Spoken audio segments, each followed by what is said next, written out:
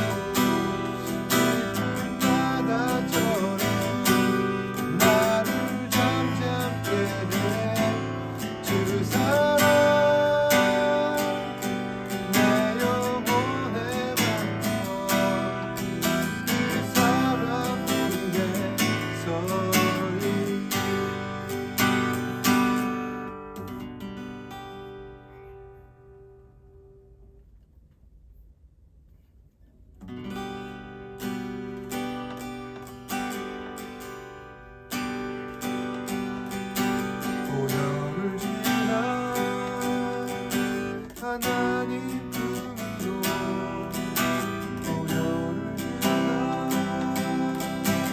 아버지의 품으로 보혈을 주나 하나님 품으로 난 모습심이 나가네 보혈을 주나 하나님 품으로 보혈을 주나 아버지 품으로 보혈을 주나 하나님 품으로 날 버리시 나가네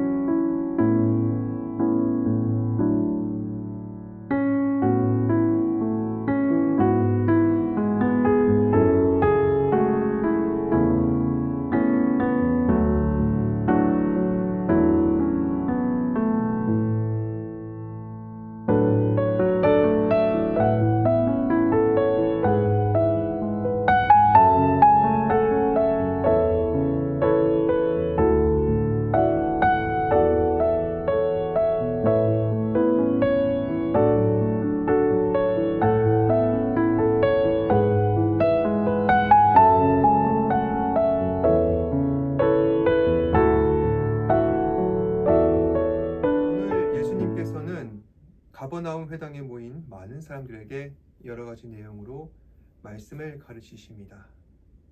그 중에 핵심적인 내용은 바로 영원한 생명의 양식이란 무엇인가, 또 그 생명의 양식은 어느 누구에게서 나오겠는가 하는 점입니다. 여기에 대해서 예수님께서는 다음과 같이 말씀하십니다. 영원한 생명의 양식이란 육신의 떡과는 달라 우리가 생명의 떡을 먹게 되면은 영원토록 줄이지 않게 될 것이다. 그럼 그 영원한 생명의 양식은 누구에게서 나오겠느냐? 바로 예수님을 믿는 사람. 예수님께 나아오는 사람들은 예수님께서 그 사람들에게 영원한 양식을 친히 공급해 주실 것이라 라는 점입니다. 영원한 생명의 양식을 얻기 위해서 그래서 우리가 해야 할 가장 중요한 것은 무엇입니까? 바로 예수님을 믿는 것이죠. 우리는 예수님을 통해서 영원한 생명의 양식을 얻을 수가 있게 됩니다. 과연 예수님께서 하시는 이 말씀들을 들은 사람들의 반응은 어떠했을까요? 약간 시큰둥한 것 같습니다. 사람들 보기에 예수님의 말씀은 이해할 수가 없습니다. 모든 것이 뜬금없고 맥락이 이어지지 않습니다. 그래서 60절에 보시면 사람들은 다음과 같이 이야기하는 겁니다. 이 말씀은 어렵도다. 여기서 어렵다는 말의 원어는 스켈조. 그 의미는 딱딱하다, 굳어있다, 거칠다. 다시 말해서 예수님의 말씀은 뭔가 우리가 이해하기에 딱딱한 내용, 다듬어지지 않는 신학적 내용들이 담겨진 우리에게 친숙하지 않은 설교라는 것입니다. 아마도 회당에 모인 많은 사람들은 예수님 말씀 가운데 기복적인 내용의 설교를 원하지 않나 추측합니다. 하나님 말씀에 순종하고 율법을 잘 지키고 회당에서 11조 생활 열심히 하면은 당신들도 배고픔 일 없이 풍족해질 수 있습니다. 만약 당신이 오랜 질병으로 인해서 고통받고 있다면 그저 예수님의 옷자락을 만지시면 됩니다. 그러면 낫게 될 것입니다. 오늘날 많은 사람들이 원하는 설교란 바로 이런 것이겠죠. 어떤 사람들은 오늘도 저마다 마음속에 해결되지 않는 간절한 기대와 소망을 갖고 그것을 풀기 위해 예배를 드리고 말씀을 듣고자 합니다. 예수님께서는 이처럼 무언가 그 마음속에 꿍꿍이가 있는 사람들 향해 다음과 같이 단언하시는 겁니다. 나는 너희가 원하는 육신의 떡을 위해서 이 땅에 온 것은 아니다. 하나님께서는 그보다 더 거룩하시고 위대하신 계획 아래에 예수님을 보내셨고 주님께서는 그 계획을 성취하시기 위해 이 땅에 오신 것입니다.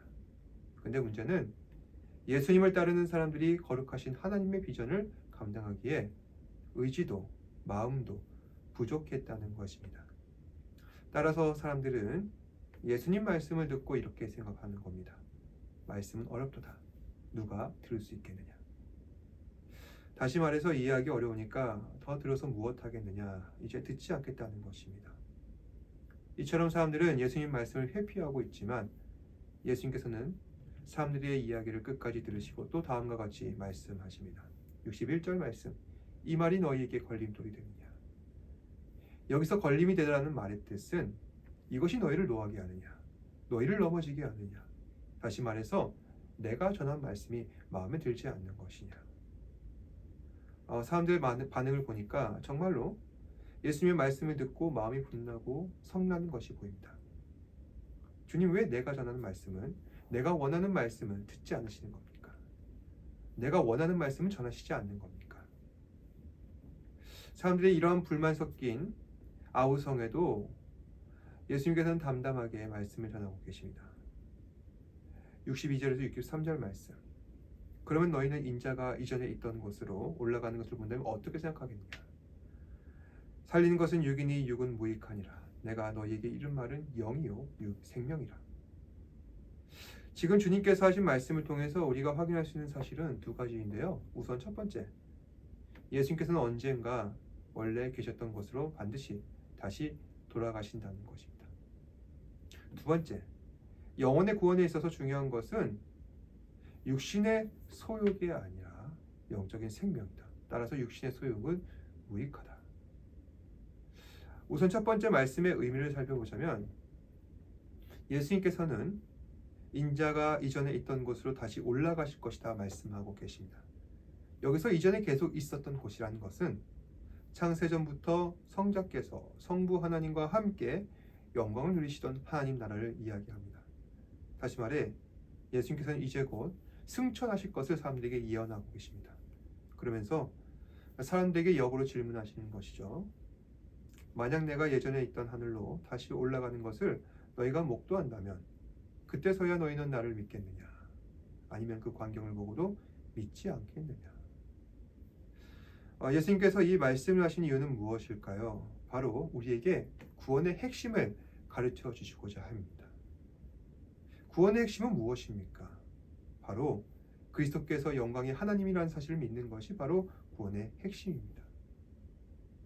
하지만 사람들이 이 말씀의 의미를 이해하지 못합니다. 왜냐하면 말씀에 대한 마음의 문이 닫혀있기 때문입니다. 사도 바울은 우리에게 이와 같이 전합니다. 로마서 11장 8절 말씀인데요. 기록된 바 하나님이 오늘까지 그들에게 혼미한 심령과 보지 못할 눈과 듣지 못할 귀를 주셨다 함과 같으니라. 사도 바울은 사람들이 말씀을 듣고 깨닫지 못한 이유를 다음과 같이 진단합니다. 그들에게는 혼미한 심령이 있다. 혼탁하다는 것은 그 마음 가운데 욕심과 미혹, 온갖 정욕들이 가득하셔서 그 사람들이 영혼의 구원에는 관심이 없고 결국 그 마음의 부패로 인해 구원의 말씀을 받아들이지 못하는 것입니다. 즉 그리스도를 보아도 알지 못하고 말씀을 들어도 깨닫지 못하는 상태입니다. 그래서 예수님께서는 두 번째 말씀으로 다음과 같이 당부하십니다. 영혼의 구원에 있어서 육신의 소욕은 무익하다. 살리는 것은 영이니 육은 무익하다. 다시 말씀드리자면은 우리는 영혼을 살리기 위해서 무엇을 해야 하는가?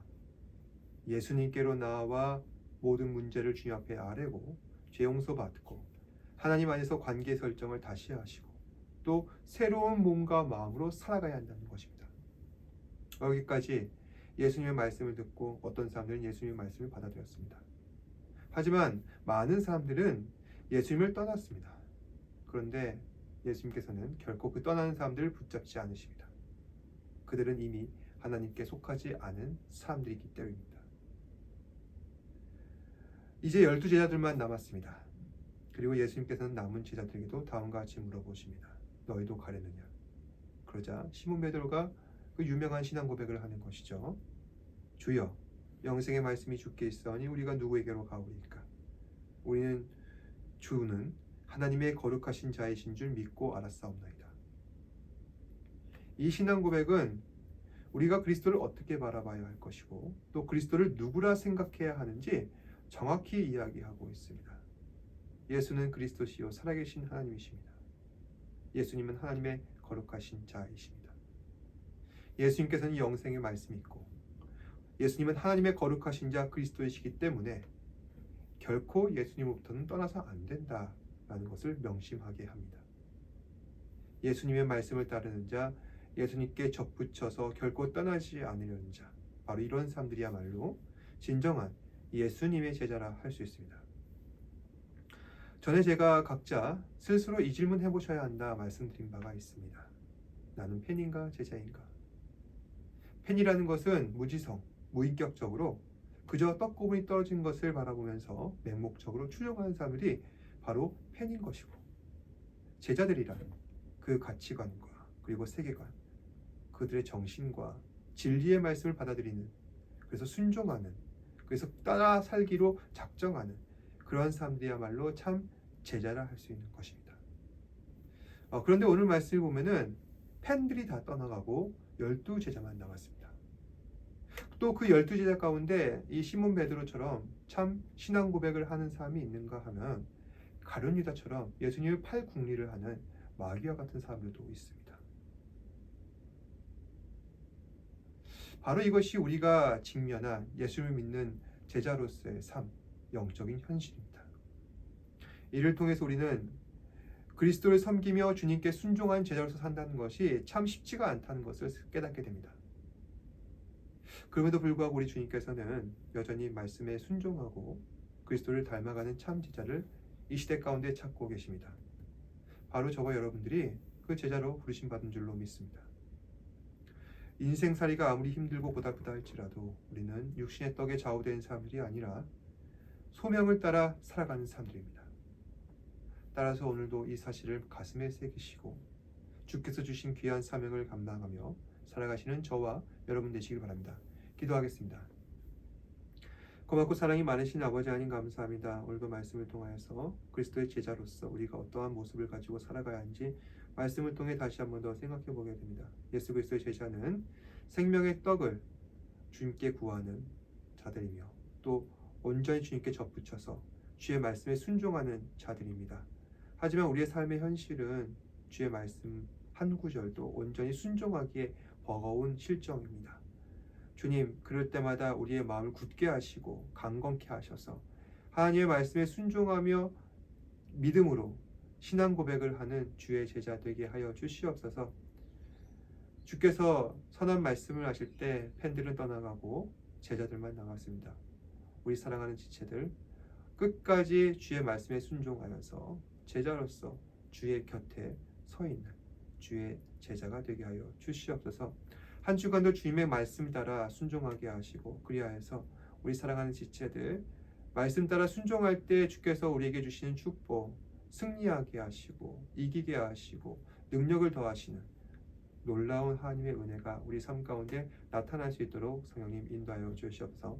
모든 것에 감사드리며 살아계신 예수님 이름으로 기도드립니다. 아멘. 하늘에 계신 우리 아버지여, 이름이 거룩히 여김을 받으시오며 나라가 임하시오며 뜻이 하늘에서 이루어진 것 같이 땅에서도 이루어지이다. 오늘날 우리에게 일용할 양식을 주시옵고 우리가 우리에게 죄 지은 자를 사하여 준 것 같이 우리 죄를 사하여 주시옵고 우리를 시험에 들게 하지 마시옵고 다만 악에서 구하시옵소서.